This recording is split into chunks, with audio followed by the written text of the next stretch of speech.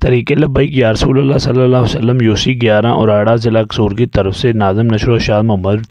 زید رفیق جمالی اور اہلِ گاؤں نے مل کر اپنے سیلاب سے متاثر بھائیوں کی مدد کے لیے